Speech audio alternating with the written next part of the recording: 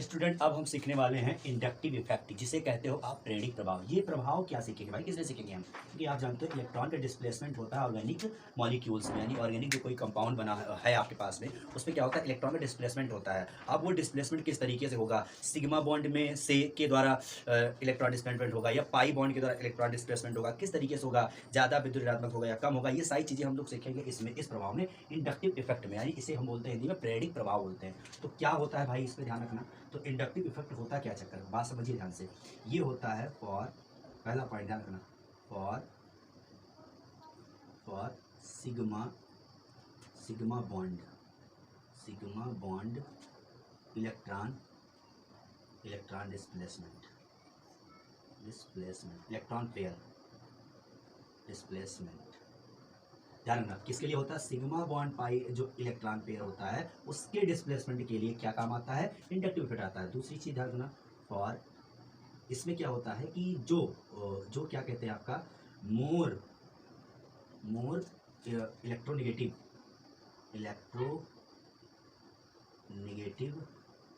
Element होता है, ठीक। इलेक्ट्रो ड्यू टू, ऐसा लिखना है इसमें आपको कि due to more electronegative element,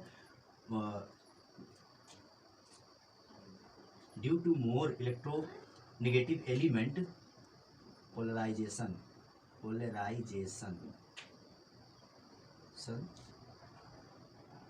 is observed. ध्यान रखना, इधर देखो ध्यान से, ये किसके लिए होता है भाई, जो सिग्मा बॉन्ड पाई इलेक्ट्रॉन जो तो आपका इलेक्ट्रॉन पेयर है उसका डिस्प्लेसमेंट के बारे में बताता है कौन, इंडक्टिव इफेक्ट बताता है आपका, ठीक। और इसमें होता क्या है, due to more electronegative element क्या होता है, पोलराइजेशन ऑब्जर्व, पोलराइजेशन देखने को मिलता है इस कंपाउंड में, किसी भी कंपाउंड में इंडक्टिव इफेक्ट के कारण। होता क्या एक्चुअली में, देखिए यहाँ पे, देखिए आप समझेंगे, देखो यहाँ से, यहाँ पे देखिए, जैसे मान लो यहाँ पे कार्बन है और यहाँ पे एक आपका इलेक्ट्रोनेगेटिव एलिमेंट हाइड्रोजन ग्रुप लगा हुआ है। कौन सा ग्रुप है आपका, ये आपका हाइड्रोजन से, ये आपका कार्बन है। तो कार्बन क्या होता है, जरा आपको पता ही होगा, कार्बन कम रिएक्टिव यानी कम इलेक्ट्रोनेगेटिव होता है, किसके कारण, देखो ध्यान से, हाइड्रोजन की तुलना में कार्बन कम इलेक्ट्रोनेगेटिव होता है, ठीक है।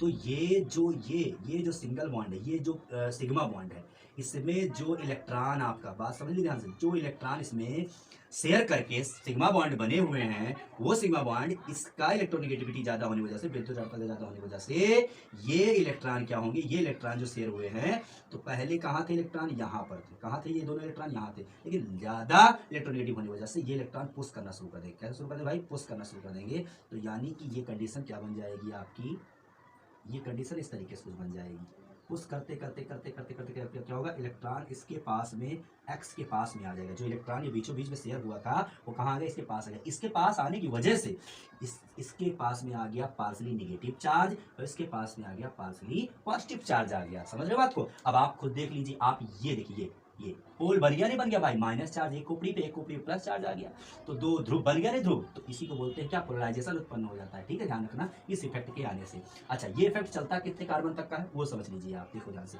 ये इफेक्ट क्या होता है, अस्थायी इफेक्ट। ये इफेक्ट कैसा होता है, अस्थायी होता है, स्टेबल होता है, ठीक। ये होता है कितने कार्बन तक इसका असर भाई, देख लीजिए ध्यान से।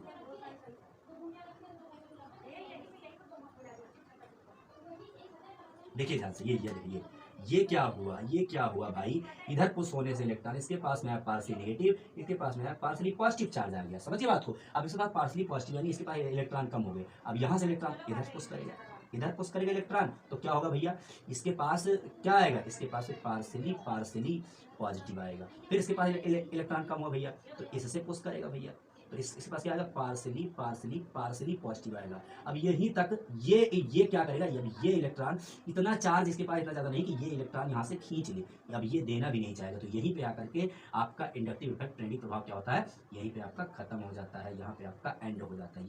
ये जो प्रभाव है इसी कारण पे आकर क्या होता है, एंड, यानी तीसरे कारण पे आकर के एंड हो जाता है ये इफेक्ट। ये बात ध्यान रख लीजिए आप लोग।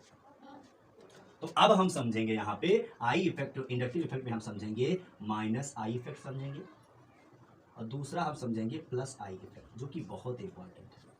ध्यान रखना, माइनस आई इफेक्ट समझेंगे, फिर हम क्या समझेंगे, प्लस आई इफेक्ट हम लोग समझेंगे। तो चलिए भाई हम समझते हैं आई इफेक्ट और माइनस आई इफेक्ट और प्लस आई इफेक्ट।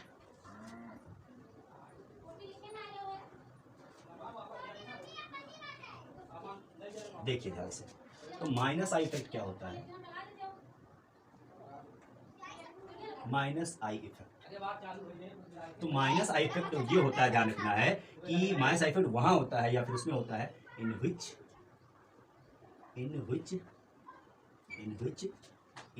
तो आपका क्या हो गया, माइनस आई इफेक्ट हो गया। समझ लीजिए ध्यान से, माइनस आई इफेक्ट क्या होता है, in which power to accept electron pair more than hydrogen atom.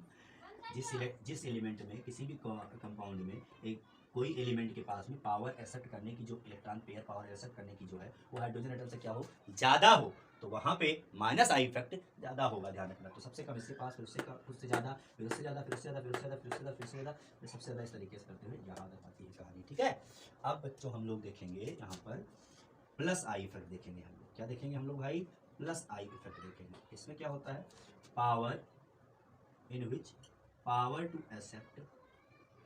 To accept electron pair less than hydrogen atom.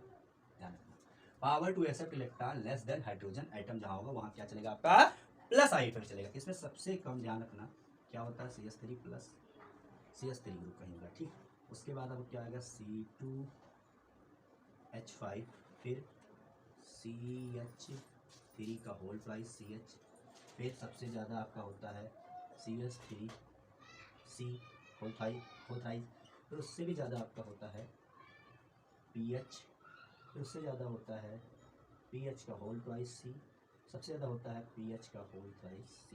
यानी PH मतलब फेनिल ग्रुप आ गया कहीं पे। ठीक, तो फेनिल ग्रुप आ गया तो इससे ज़्यादा हो जाता है। ठीक है, ये बात आप लोग समझ लीजिएगा बहुत अच्छे से।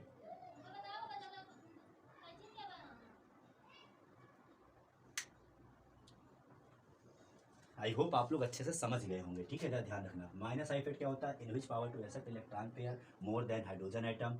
ध्यान रखना, जिसके पास में इलेक्ट्रॉन पेयर को खींचने की ताकत क्या हो, हाइड्रोजन एटम से ज़्यादा हो, सबसे ज़्यादा ये होता है, उससे भी ज़्यादा ये होता है, उससे भी ज़्यादा ये होता है, उससे ज़्यादा ये होता है, उससे ज़्यादा ये, इससे ज़्यादा इस तरीके से सबसे ज़्यादा किसका होता है, इसका होता है। ध्यान रखना, ये सब तुम्हारे ऑर्डर है। ठीक, अच्छा क्या होता है इसमें, इंक्रीजिंग ऑर्डर में लिख दिया minus I effect.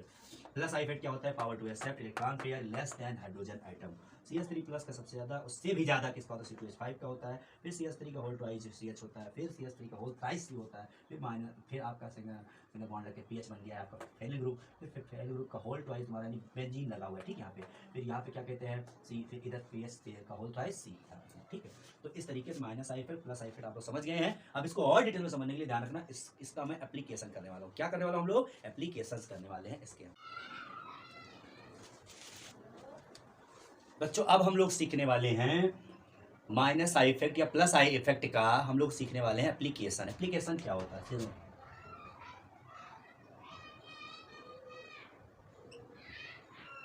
Applications of inductive effect होता क्या है, बात समझना ध्यान से।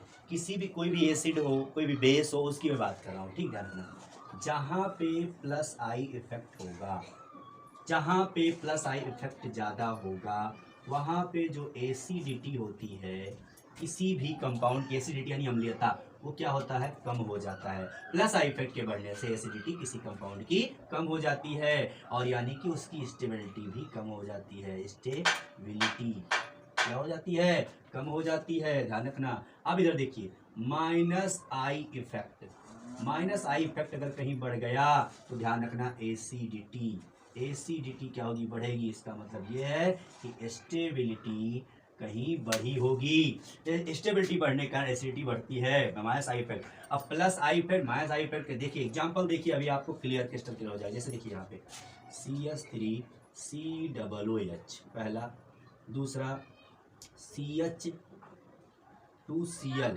COOH, तीसरा CHCl2COOH, और चौथा CHCl3COOH। ये हो गया, ये तुम्हारा क्या हो गया भैया, एस्टिक एसिड हो गया। ये आपका क्या हो गया भैया, अल्फा क्लोरो एस्टिक एसिड। ये क्या हो गया भैया, alpha die chloro acetic acid. ये क्या हो गया भैया, alpha try chloro acetic acid हो गया। ठीक है, अब समझो ध्यान से कि इसमें से किसकी एसिडिटी ज़्यादा होगी। तो आपको मैं बता देना चाहता हूँ, जहाँ पे प्लस आई इफेक्ट होगा ज़्यादा, वहाँ पे एसिडिटी कम हो जाएगी, स्टेबिलिटी कम हो जाएगी, और जहाँ पे माइनस आई इफेक्ट ज़्यादा होगा वहाँ एसिडिटी बढ़ जाएगी। अब माइनस आई इफेक्ट मतलब क्या हुआ, अब CH3 एसिडिटी क्या शो करता था, याद करो, plus I effect CH3 C2H5 ये सब क्या होता था, आपका ग्रुप से कौन सा ग्रुप जुड़ा हुआ है आपका, ये प्लस आई इफेक्ट CH3 तुम्हारा क्या शो करता है, प्लस आई इफेक्ट, ध्यान रखना। और CH2 के साथ अब एक Cl लग गया, क्या लग गया, एक Cl लग गया, मतलब कहानी क्या होगी, यहाँ माइनस आई इफेक्ट आ गया भैया। अब देखो ध्यान से, इसमें देखो, इसमें देख रहे हैं आप, एक Cl लगा था, यहाँ पे 2 Cl लग गए, यानी इसका मतलब ये भैया यहाँ पे माइनस आई इफेक्ट का और ज्यादा प्रभाव हो गया है। यहाँ पे देखिए क्लोरीन यानी Cl आपका 3 अणु आ गया, 3 परमाणु हो गया, तो इसका माइनस आई इफेक्ट और ज्यादा हो गया। इसका मतलब ये कहानी है, बात को समझो ध्यान से। इसका मतलब क्या है कि सबसे ज्यादा मोर एसिडिटी किसकी है, तो सबसे ज्यादा इसकी है, फिर इससे कम इसकी है, फिर इससे कम इसकी है, सबसे कम किसकी है, इसकी है, तो सबसे ज्यादा इसकी है, उसके बाद उससे कम इसकी है, उससे कम इसकी, सबसे कम इसकी है। रीजन क्या होता है थोड़ा सा जान लीजिए कायदे से। देखिए CH3 COOH जब टूटेगा तो क्या होगा, जरा देखो ध्यान से, CH3 COO नेगेटिव और यहाँ H प्लस। अब इसका आप समझो ध्यान से, ये प्लस आई इफेक्ट है। प्लस आई इफेक्ट क्या करता है भाई, इलेक्ट्रॉन यहाँ पे है तो इलेक्ट्रॉन को क्या करेगा, ये क्या करेगा, पुश करेगा और इलेक्ट्रॉन को जाने देगा। लेकिन यहीं पे इसका एग्जांपल देख लो आप, CH2 के साथ यहाँ Cl लग गया, अब CO नेगेटिव चलेगा। ध्यान रखना, जितनी रफ्तार में CH2 इधर भेजेगा इलेक्ट्रॉन को, उतना देखो यहाँ पे ये इलेक्ट्रोनेगेटिव है, ये इलेक्ट्रॉन को क्या कर लेगा, ये अंदर ही खींच लेगा। ये तो ये क्या होगा, इसलिए ये स्टेबल बन जाएगा, ये स्थायी रहेगा इसकी तुलना में, इसलिए ज्यादा स्थायी रहेगा, इलेक्ट्रॉन खींचे रहेगा, क्योंकि Cl है, ये इलेक्ट्रोनेगेटिव एलिमेंट है, ये खींचे रहेगा इलेक्ट्रॉन को, तो स्टेबल रहेगा, तो इसकी एसिडिटी बढ़ जाएगी इसकी तुलना में। यहाँ प्लस आई इफेक्ट था, ये पुश करता है इलेक्ट्रॉन को, ये जाने देता, इसलिए यहाँ ये अनस्टेबल होता है इसकी तुलना में, इसलिए ये तुम्हारा एसिडिटी कम हो जाएगी इसकी तुलना में। तो ध्यान रखना, सबसे ज्यादा कौन होगा, इसकी एसिडिटी होगी, फिर इसकी होगी, फिर इसकी होगी, फिर इसकी होगी, फिर मतलब सबसे कम इसकी होगी, ध्यान रखना, ठीक है। तो सबसे कम इसकी, फिर उसकी, फिर इससे ज्यादा इसकी, फिर इससे ज्यादा इसकी, सबसे ज्यादा इसकी होगी। तो आई होप बहुत अच्छे से आप लोग समझ गए होंगे। अब एक क्वेश्चन बताओ आप लोग कि उसमें आपका एसिडिटी सबसे ज्यादा किसकी होगी। चलिए कोई दिक्कत नहीं, हाथ ही हमारा काफी है भाई। देखिए इधर अब आपको क्या पता है कि HCO और CH3CO में कौन ज्यादा एसिडिक होता है, ये या फिर ये, कौन सा होता है बताओ मुझे, कमेंट बॉक्स में बताओ, इसको बताओ। ये सबसे ज्यादा मोर एसिडिक है, यानी सबसे ज्यादा अम्लीय ये है, सबसे ज्यादा अम्लीय ये है। और एक एग्जाम्पल बताओ, एक दूसरा क्वेश्चन आप सुनो ध्यान से, और ये बताओ आप, CH2Br COOH, CH2I COOH, CH2Cl COOH, CH2F COOH। अब बताना है इसमें आपको कि CH2Br COOH ज़्यादा अम्लीय होगा या एसिडिक होगा, या CH2I या फिर ये। आपको ये दोनों क्वेश्चन का आंसर कमेंट बॉक्स में देना है। आई होप आप लोग अच्छे से समझ गए होंगे, अगर पढ़े होंगे सही से तो ध्यान रखना। Okay, thank you.